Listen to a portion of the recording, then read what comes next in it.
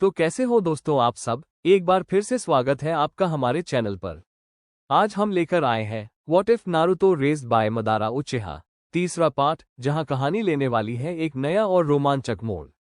बने रहिए हमारे साथ और पूरी कहानी जरूर देखिए। सब्सक्राइब करें क्योंकि यह कहानी आपने पहले कभी नहीं सुनी। कमेंट करके और बताइए कि आपको ये कहानी कैसी लगी और अपनी शिनोबी स्क्वाड के साथ शेयर करना मत भूलिए। तो शुरू करते हैं आज की स्टोरी। और मदारा का मानना है कि उसने जुत्सु में महारत हासिल कर ली है। अब जो बचा था वो था उसे इसका उपयोग करने में अधिक सक्षम बनाने के लिए बड़ा होना। नारुतो, मदारा इशारा करता है और उसका पोता खुशी से चमकते चेहरे के साथ दौड़ता हुआ आता है। अब मैं फायरबॉल बना सकता हूँ। हाँ, तुम कर सकते हो। मदारा सहमत होता है, लेकिन नारुतो का ध्यान आकर्षित करने के लिए गंभीर आवाज के साथ। लेकिन निंजुत्सु जिम्मेदारी के साथ भी आता है। यदि आप परिणामों के बारे में सोचे बिना अपना जुत्सु दिखाते हैं तो आप मुसीबत में पड़ सकते हैं। या इससे भी बदतर, जब आप बड़े होंगे और स्नातक होंगे तो आपको जो दुश्मन मिलेंगे उनका पलड़ा भारी होगा। नारुतो को वास्तव में समझ नहीं आया, इसलिए मदारा को लगातार 20 क्यों सहने पड़े। तो क्या बुरे लोगों को पता नहीं चलेगा कि अगर मैं इसे गुप्त रखूं तो मुझे कैसे हराया जाए?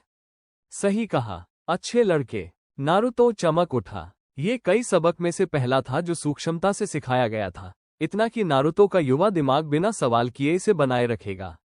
3 वर्षों के दौरान मदारा को यह महसूस करने के लिए मजबूर होना पड़ा कि अपनी वर्तमान स्थिति में कुछ चीजें ऐसी थीं जो वह नारुतो के लिए नहीं कर सकता था। नारुतो अभी 8 साल का हुआ था, जिसका मतलब था कि वह आखिरकार शिनोबी अकादमी शुरू करने के लिए तैयार था।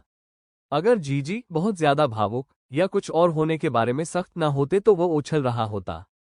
उसने बच्चों के स्कूल से पढ़ाई पूरी कर ली थी। उसे खुश होने की अनुमति थी। असुकिमी बाचान ने उसे कुछ चप्पलें और एक किमोनो शर्ट और कुछ पेंसिलें और किताबें दी थीं जिनकी उसे जरूरत थी। उसने उनमें से एक को उस किताब के रूप में पहचाना जिससे उसने पत्ती चिपकाने का अभ्यास सीखा था। पहले वाली फटी हुई किताब के बजाय एक नई को देखना अच्छा लगा। जीजी हमेशा कहते थे कि तुम्हें अपने सामान का ध्यान रखना चाहिए, खासकर उन उपकरणों का जिनकी तुम्हें जरूरत है। आसपास बहुत सारे बच्चे थे। उसने अंदाजा लगाया कि वे उसके सहपाठी बनने वाले थे। यह अजीब था कि वे सभी अपने साथ खड़े वयस्कों के छोटे संस्करणों की तरह दिखते थे। क्या ये सामान्य था? शायद उसे बाचान से पूछने की जरूरत थी। जीजी भी बहुत कुछ जानते थे। उजुमी नारुतो, उसका नाम एक स्कार्ड चेहरे वाले आदमी ने पुकारा। वह हाथ उठाकर आगे बढ़ा। यहाँ कई वयस्क उसे देखते हैं। जिस तरह से वे फुसफुसाते हुए एक दूसरे से बात करते हैं उससे उसे थोड़ी शर्म महसूस होती है। नारुतो को ये पसंद नहीं है। कोनोहागाकुरे नो सातो के 2 संस्थापक कबीलों के नाम कौन बता सकता है? एक गुलाबी बालों वाली लड़की हाथ उठाती है। कृपया अपना नाम फिर से बताएं। इरुका सेंसेई बहुत विनम्र है, पिछले शिक्षकों की तरह नहीं। हारुनो सकुरा, वो चहकती हुई खड़ी होती है। सेंजू कबीला और उचिहा कबीला, बहुत अच्छे सकुरा चान, बैठ जाओ। अब कोई और मुझे बता सकता है कि उन कबीलों के नेता कौन थे? सेंजू हाशिरामा, पिछली पंक्ति से एक जोरदार आवाज चिल्लाती है। नारुतो पीछे देखता है और उन्हें कबीले के बच्चों में से एक के रूप में नहीं पहचानता है। अगर आप जवाब देना चाहते हैं तो हाथ उठाएं। इरुका सेंसेई चिल्लाहट को नजरअंदाज करते हैं, इसलिए नारुतो अपना हाथ उठाता है। नाम? उजुमी नारुतो। वो खड़ा होता है। सेंजू हाशिरामा सेंजू कबीले के नेता थे। यह सही है, बैठ जाओ। वो ऐसा करता है जबकि पीछे का जोरदार लड़का गुस्से में चिल्लाता है। इससे उसके चेहरे पर लगभग मुस्कान आ जाती है। इरुका फिर से बोलता है, मैंने कबीले के एक नेता का नाम सुना, लेकिन दूसरे का नहीं। क्या कोई मुझे बता सकता है कि दूसरा नेता कौन था? उसकी आंखें जानबूझकर एक और काले बालों वाले लड़के पर जाती हुई प्रतीत होती है। उक्त लड़का अपना हाथ उठाता है। उचिहा सासुके, उसने बिना पूछे कहा। दूसरे कबीले के नेता उचिहा मदारा थे। क्या? नारुतो उचिहा मदारा नाम के बारे में सोचना बंद नहीं कर सका, लेकिन उसने लगभग 1 हफ्ते तक मदारा को नहीं देखा। मैंने तुम्हारा इंतजार किया लेकिन तुम नहीं आए, नारुतो ने नाराजगी से कहा। उसका युवा चिड़चिड़ापन केवल इतना ही वश में किया गया था। निष्कर्ष पर पहुंचने में इतनी जल्दी मत करो। तुम यह नोटिस करने में विफल रहे कि तुम्हें पिछले हफ्ते देखा जा रहा था। देखा जा रहा था? नारुतो चिंतित लग रहा था, लेकिन उस बूढ़े आदमी पर इतना जोर देने के लिए अपने अपराधबोध को छिपाने की कोशिश भी कर रहा था जो उसे सिखा रहा था।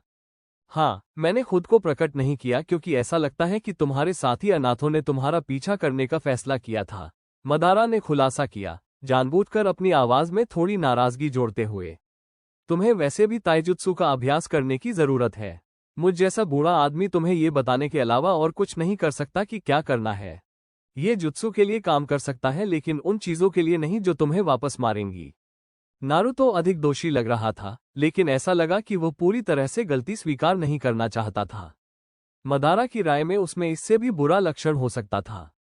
हार न मानना एक मूल्यवान व्यवहार था, लेकिन तथ्यों को जानना और अपनी लड़ाई चुनना एक और चीज थी जिसे नारुतो को सीखने की जरूरत थी। लेकिन इससे क्या फर्क पड़ता है? तुम उन्हें भी सिखा सकते थे। मैं उन्हें भी प्रशिक्षित नहीं करना चाहता, नारुतो। मैंने तुम्हें एक कारण से प्रशिक्षित करने के लिए चुना, मदारा ने छेड़ा। लेकिन क्यों? ये सुनहरा सवाल था। मदारा मुस्कुराया। मैं बस इतना कहूंगा कि हमारा एक संबंध है और तुम्हारे पास अपार क्षमता है। तुम खुद पता लगा सकते हो कि मैं विशेष रूप से तुम्हारे विकास में क्यों रुचि रखता हूं। कोनोहा के पास जानकारी का भंडार है और गांव की नींव के बाद से इसका इतिहास अच्छी तरह से दर्ज है। हमारे संबंध का पता लगाओ और फिर तुम समझ जाओगे। तुम्हारे पास मेरा नाम पहले से ही है और तुम्हारे पास तुम्हारा है। वहीं से शुरू करो। जब मदारा बेंच पर बैठ गया तो नारुतो चुप रहा। ये संबंध जो हम साझा करते हैं, यही कारण है कि मुझे तुम्हारे आसपास के लोगों से एक रहस्य बने रहना चाहिए। यही कारण है कि जब तक तुम कमजोर रहते हो, तुम्हारा जीवन खतरे में रहता है। मेरे पास खुद भी बहुत ज्ञान है, और यदि तुम इसे लापरवाही से किसी को भी देते हो, चाहे वो अनाथ हो या कोई और, तो उस ज्ञान का उपयोग तुम्हें नुकसान पहुंचाने के लिए किया जा सकता है। तो जाओ, मैं हर हफ्ते उसी समय यहाँ रहूंगा, और जब तुम ये समझने के लिए आवश्यक ज्ञान प्राप्त कर लोगे कि मैंने तुम्हें क्यों चुना है, तो पूछो, मैं तुम्हारे सभी सवालों का जवाब दूंगा।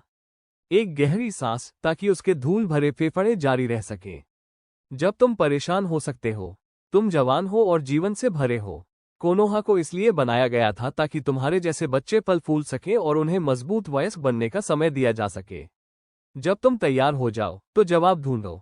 तब तक तुम्हें बस मेरे प्रशिक्षण के तरीके से नाराज होना पड़ेगा। मदारा ने ताजी कोनोहा हवा में एक गहरी सांस ली। ऐसा लगा कि चीजें उसके विचार से तेजी से होने वाली थीं। लेकिन शायद ये सबसे अच्छा था। वह अपनी आखिरी सांसों पर था, इसलिए बोलने के लिए। एक आदमी जो हड्डी और धूल से ज्यादा कुछ नहीं था। नारुतो कोनोहा का एक नागरिक था, और यह उसे देखभाल करने वालों और दोस्तों के रूप में एक सेवा प्रदान करता था जो उसे आधुनिक बोलचाल और सामाजिक संकेतों के साथ समायोजित करने में मदद कर सकते थे। और इसने मदारा को नारुतो को वास्तव में क्षमताओं को सिखाने पर ध्यान केंद्रित करने की क्षमता दी, और शैक्षिकी संकेत प्रदान किए कि वह किस चीज की परवाह करता है। उसे संरक्षित और आगे बढ़ाने के लिए एक अच्छी चीज क्या हो सकती है, इस पर शैक्षिकी संकेत प्रदान किए। उसने महसूस किया कि जब नारुतो अपनी उम्र से अर्जित दर्शन और विश्वासों को बताने के लिए बहुत छोटा था, तो वह अपने पोते के दिमाग में पहेली के टुकड़े सेट कर सकता था, ताकि जब कोई घटना हो जो किसी ऐसी चीज से संबंधित हो जिसके बारे में उसने बात की थी, तो एक टुकड़ा अपनी जगह पर गिर जाएगा और नारुतो अनजाने में कुछ ऐसा समझेगा जिसे उसे सिखाया गया था, वह याद भी नहीं कर सकता था। उसे लगा कि यह उसे चलना सिखाने जैसा था। मदारा के पास इस पृथ्वी पर हर तरह से उसे ढालने के लिए समय नहीं बचा था, लेकिन ओबिटो ठीक वैसा नहीं बन पाया जैसा वह चाहता था जब उसने उसे उचिहा मदारा का दूसरा आगमन बनाने की कोशिश की थी। मैं तुम्हें एक संकेत दूंगा। मदारा आगे की प्रक्रिया को तेज करने के लिए अनुमति देता है। क्या? तत्काल सवाल है। मैं तुम्हें उसी कारण से प्रशिक्षित कर रहा हूं और सिखा रहा हूं जिस कारण से तुम्हारी कक्षा के अन्य बच्चों को जल्दी सिखाया जाता है। बस इतना ही? फिर से जारी रखने के लिए एक गहरी हांफती हुई सांस। बस इतना ही तुम्हें मुझसे मिल रहा है, बच्चे। नारुतो इसे जाने देता है, लेकिन वह जी-सान की ओर विचलित और चिंतित निगाहें जरूर डालता है। कभी कभी खांसी और घरघराहट बंद नहीं होती है और मदारा कभी कभी उसके जाने से पहले अलविदा नहीं कह पाता है। मुझे बताओ कि तुमने आज क्या सीखा? मदारा की आवाज बमुश्किल उसके मुंह से निकल पाती है। इरुका सेंसेई और मिजुकी सेंसेई ने हमें कुनाई फेंकना सिखाया। उन्होंने कहा कि हम अभी तक अपनी कुनाई नहीं रख सकते, लेकिन इरुका सेंसेई ने कहा कि मैंने पहले कभी कुनाई नहीं फेंकी होने के बावजूद मैं वास्तव में बहुत अच्छा था। मदारा की सांस शांत होती है और वो मुस्कुराते हुए सुनता है जैसे नारुतो अपने दिन का लेखा जोखा करता है। नारुतो खुद को ये सोचने से नहीं रोक पाता, क्या ये बूढ़ा आदमी वो उचिहा मदारा है? क्या तुम मरने वाले हो? नारुतो चुपचाप पूछता है, आवाज गंभीर लेकिन स्थिर है। असुकिमी को नारुतो के सवाल पर कोई आश्चर्य नहीं होता है।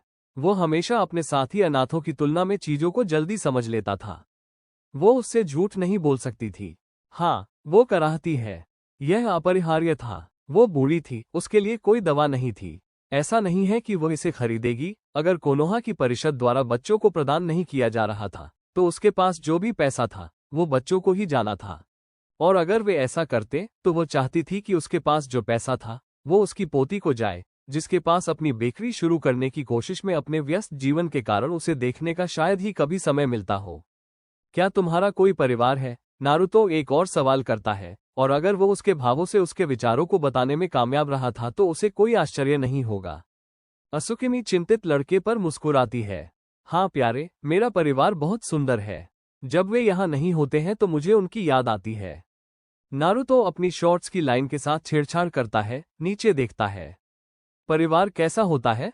वो और मुस्कुराती है। परिवार अद्भुत होता है नारुतो-कुन, शब्द तुम्हें उस प्यार और खुशी का वर्णन नहीं कर सकते जो परिवार तुम्हें देता है।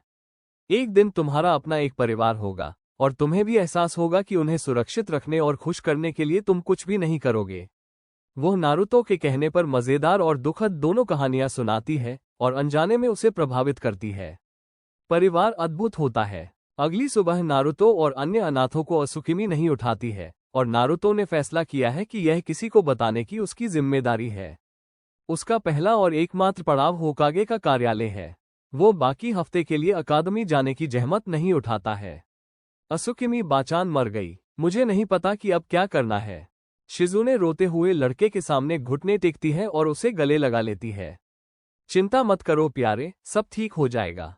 नारुतो उन कुछ लोगों में से एक है जिन्हें अपना अपार्टमेंट दिया जाता है, जिसमें एक देखभाल करने वाला होता है जो सप्ताह में एक बार कुछ फ्रोजन भोजन के साथ आता है और उसे खाना बनाना और साफ करना सिखाता है। वह अनाथालय के एकमात्र बच्चों में से एक है जिसे असुकिमी की मृत्यु के बाद प्रक्रिया में जल्दबाजी के बाद फोस्टर केयर में नहीं रखा जाता है, और उसे लगता है कि वह जानता है क्यों। मृत्यु के साथ उसका पहला सामना कुछ ऐसा है जिसे वो तीव्रता से याद करता है। जी, क्या तुम मेरे दादा हो? हाँ नारुतो, मैं हूँ। एक टोमो शेरिंगर ट्रिपल टोमो से मिलता है। प्रशिक्षण बमुश्किल बदलता है, लेकिन मदारा पहले की तुलना में पूरी ताकत से सिखा रहा है। ये सच है कि छोटे चक्रा भंडार को पहले नियंत्रित करना आसान होता है। अकादमी के प्रशिक्षकों ने नारुतो से इसके बारे में क्या कहा था, ये सुनने के बाद मदारा सहमत हुआ। हालांकि आसान का मतलब हमेशा सबसे अच्छा नहीं होता है। कुछ चक्रा नियंत्रण अभ्यास तब तक नहीं सीखे जा सकते जब तक कि आपके पास एक निश्चित मात्रा में चक्रा न हो। तुम्हारे या मेरे जैसे बड़े भंडार की क्षमता के साथ पैदा नहीं हुए लोग कभी भी सबसे उत्तम सिद्ध चक्रा नियंत्रण प्राप्त करने की उम्मीद नहीं कर सकते। हम इसे क्यों सीख सकते हैं और अन्य लोग क्यों नहीं सीख सकते? नारुतो बुद्धिमानी से पूछता है। मदारा जानता था कि किसी बिंदु पर उसे ये समझाना होगा कि वे सामान्य लोगों से कैसे अलग थे। उसने नारुतो को इतनी जल्दी समझने की उम्मीद नहीं की थी। साझा दिमाग एक वरदान और एक अभिशाप था। मैं तुम्हें ये केवल एक बार समझाऊंगा। तुम्हें कभी किसी को यह नहीं बताना चाहिए कि मैं तुम्हें क्या बताने वाला हूं जब तक कि तुम इतने शक्तिशाली न हो जाओ कि इससे कोई फर्क नहीं न पड़े। क्या तुम मुझे समझते हो? मदारा का सवाल दृढ़ था और उसकी आंख खतरनाक रूप से तेज थी। नारुतो ने केवल जवाब में सिर हिलाया। उसका शेरिंग मदारा के होठों को पड़ता है ताकि वो हमेशा याद रख सके। अच्छा, मदारा ने आह भरी और लकड़ी के सिंहासन पर वापस झुक गया। मुझे पहले तुम्हें उचिहा और सेंजू का इतिहास बताना होगा। और ये लगभग 2 घंटे तक चला। नारुतो धैर्यपूर्वक बैठा रहा लेकिन मदारा की कहानी में मंत्रमुग्ध था। उचिहा रक्त रेखा की उत्पत्ति, सेंजू और उजुमकी के बीच का संबंध। बस ये कि वो और मदारा बाकी हिस्सों से कैसे अलग थे, जिसमें बच्चों को कैसे बनाया गया था, इस पर एक शर्मनाक भाषण भी शामिल था। नारुतो के लिए ये यातना हो सकती थी। उसने पहले 5 मिनट के बाद पूछने पर पछतावा किया। तुम्हारी माँ, इसे किसी भी तरह से नहीं दिखाते हुए, मेरे जीन रखती थी जो तुम में पारित हो गए थे। इसलिए तुम अपने माता पिता से इतने अलग दिखते हो क्योंकि तुम मेरे जैसे दिखते हो। लेकिन वे यहाँ क्यों नहीं हैं? नारुतो उदास होकर पूछता है। अगर वे इतने मजबूत थे तो वे क्यों मर गए? मदारा कुछ देर के लिए चुप रहता है, अपनी छड़ी के ऊपर अपने हाथों को देखता है। यह मेरी वजह से है, मदारा एक ही स्वर में कहता है। दुनिया पर शांति लाने का मेरा सपना एक और समान विचारधारा वाले व्यक्ति को मेरे लक्ष्य असुकी नो में को लेने के लिए प्रेरित करता था। क्या असुकी नो में दुनिया को एक अपरिहार्य पूर्ण जैनजुत्सु में मजबूर करने की मेरी योजना थी? एक जो सभी प्राणियों को प्रस्तुत करने के लिए नियंत्रित करेगा, और प्रत्येक व्यक्ति के पास हमेशा के लिए रहने के लिए अपना व्यक्तिगत यूटोपिया होगा। मेरी योजना के साथ समस्या ये थी कि मुझे रिनेगन, उचिहा और सेंजू के संयुक्त DNA 9 बीजों के साथ और एक जीवन काल की आवश्यकता थी जो मुझे सही समय पर योजना को पूरा करने की अनुमति देगा। मेरे पास वो समय नहीं था, इसलिए मैंने इसे मेरे लिए पूरा करने के लिए एक उचिहा से एक प्रशिक्षु बनाया। उसका का-सान और टो-सान के मरने से क्या लेना देना है? नारुतो पूछता है। पेट नीचे गिर जाता है। मदारा ने अपने हाथों से ऊपर देखा और नारुतो को याद दिलाया जाता है कि बूढ़ा आदमी अब हर समय शेयरिंग को चालू रखने के लिए पर्याप्त मजबूत नहीं है। एक फीकी चारकोल आंख उसे अपनी किरमिजी आंखों में देखती है। नारुतो ने अपनी जुबान पर लगाम लगाई। वो उस सारे गुस्से को चिल्लाना चाहता था जो उसमें उबल रहा था। वो कुछ ऐसा नहीं कहना चाहता था जो उसके पास मौजूद एकमात्र व्यक्ति को उसके खिलाफ कर दे। नारुतो, मदारा बुलाता है, जितना उसने कभी किया था उससे कहीं ज्यादा नर्म। मैंने जो कुछ भी किया है और मैं अब तुम्हें कितना भी बुरा क्यों न लगूं, तुम हमेशा भरोसा कर सकते हो कि अब से मैं तुम्हारे लिए अपनी शक्ति में कुछ भी करूंगा। मुझे तुम पर विश्वास कैसे करना चाहिए?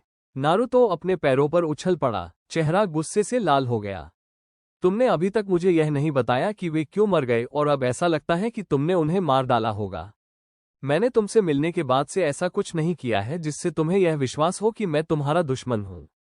कम से कम मेरे शब्दों को सुनो इससे पहले कि तुम मुझे मारने का फैसला करो। नारुतो दंग रह गया। मैं नहीं जा रहा था, वो बोलता रह जाता है, यह नहीं जानता कि कुछ ऐसा कहने के लिए क्या कहना है जो उसके दिमाग में भी नहीं आया था। मदारा ऐसा लग रहा है कि उसने भी प्रतिक्रिया का गलत अंदाजा लगाया है जिस तरह से वह अपने होठों को अंदर खींचता है, एक अर्ध निराश अभिव्यक्ति। तो वो फिर से बात करना शुरू कर देता है। मेरे प्रशिक्षु ने उसे एक तरह से मार डाला। एक व्यक्ति से बीजू निकालने से वे मर जाते हैं। वे बाद में मरने के बिना थोड़े समय तक चलने में कामयाब हो सकते हैं, लेकिन वास्तव में किसी के जीवित रहने का कोई रिकॉर्ड नहीं है। ये केवल इसलिए है क्योंकि तुम्हारी माँ का चक्रा कितना शक्तिशाली था कि वह निष्कर्षण के बाद इतने लंबे समय तक जीवित रहने में कामयाब रही, और अगर उसे चिकित्सा ध्यान दिया गया होता तो वह तुम्हें पालने के लिए पर्याप्त समय तक जीवित रह सकती थी। समस्या यह है कि एक महिला जिनचुरिकी की सील सबसे कमजोर होती है जब वे जन्म दे रही होती है। मेरे प्रशिक्षु ने उस पर मुहर लगे क्यूबी को प्राप्त करने के लिए इसका फायदा उठाया। मुझे नहीं पता कि वो कहाँ होगी, ये जानकारी गुप्त रखी जानी चाहिए थी। तुम्हें जन्म देना, उसमें से सबसे मजबूत बीजू को बाहर निकालना और फिर चिकित्सा सहायता प्राप्त न करना क्योंकि क्यूबी के गांव को नष्ट करने का खतरा उसके जीने के लिए बहुत ज्यादा था। अगर उसके पास विकल्प होता तो वो तुम्हारे साथ रहती जैसा कि सभी माता पिता चाहते हैं। मदारा गहरी सांस लेता है। प्राचीन शरीर एक साथ इतनी बात करने में सक्षम नहीं है। तुम्हारे पिता समझ गए थे कि तुम्हारी माँ के बचने की कोई उम्मीद नहीं थी, इसलिए उसने एक नया जिनचुरिकी बनाने की मांग की। क्या मैं एक जिनचुरिकी हूं? नहीं, मदारा मना करता है। कुशना ने सीलिंग अनुष्ठान को संभाला और उस शक्ति का उपयोग किया जिसका उपयोग तुम्हारे पिता क्यूबी को दूर भेजने के लिए करने जा रहे थे। कोनोहा को जो कुछ भी चाहिए था, उसकी परवाह किए बिना वो तुम्हें पीड़ित करने के विचार को सहन नहीं कर सकती थी जैसा उसने किया था। मृत्यु के कगार पर उसने एक ऐसा निर्णय लिया जो उसे गांव के अधिकारियों द्वारा तिरस्कृत कर देगा, लेकिन कम से कम उसके बेटे को खुश और स्वस्थ रहने का बेहतर मौका देगा। तुम्हारे दोनों माता पिता ने तुम्हें क्यूबी से बचाने के लिए भयानक घाव सहे। ये देखते हुए कि तुम्हारे पिता तुम्हें नए जिनचुरिकी में बदलने का प्रयास करने के लिए काफी समय तक जीवित रहे, मैं शर्त लगाता हूं कि वह मेरे प्रशिक्षु को मारने या उसे कम से कम एक दशक बाद अपने घावों को चाटने के लिए छोड़ने के लिए पर्याप्त मजबूत थे। इससे शायद कोई फर्क नहीं पड़ा। ज़ेत्सु अभी भी आजाद था, शायद साजिश रच रहा था। अपने सबसे अंधेरे क्षणों में बनाया गया एक उपकरण होने के नाते, ये तब तक नहीं रुकेगा जब तक कि यह अपना उद्देश्य पूरा नहीं कर लेता। अगर तुम्हें मौका मिलता तो क्या तुम कुछ भी बदल देते? नारुतो पूछता है, कुछ हद तक अलंकारिक रूप से। जो मैं बदलता उस पर विचार करने का कोई मतलब नहीं है। भले ही मैंने जो कुछ भी किया है वो गुप्त रहे और एक भी व्यक्ति नहीं जानता, फिर भी यह सच्चा अतीत होगा, कम से कम वह अतीत जिसका आज हमारी वास्तविकता पर एक मूर्त प्रभाव पड़ा है। नारुतो चुप है, इस जानकारी को कई दर्जन मिनटों तक अपने दिमाग में पीस रहा है। अगर यह कहानी आपको सोचने पर मजबूर कर गई हो तो एक लाइक जरूर बनता है। सब्सक्राइब करें और तैयार रहिए, अगली कहानी और भी ज्यादा इंटरेस्टिंग होने वाली है। तब तक इसे अपने फ्रेंड्स के साथ शेयर करें और आपके थॉट्स कमेंट करिए और वीडियो को लाइक करते हुए जाना।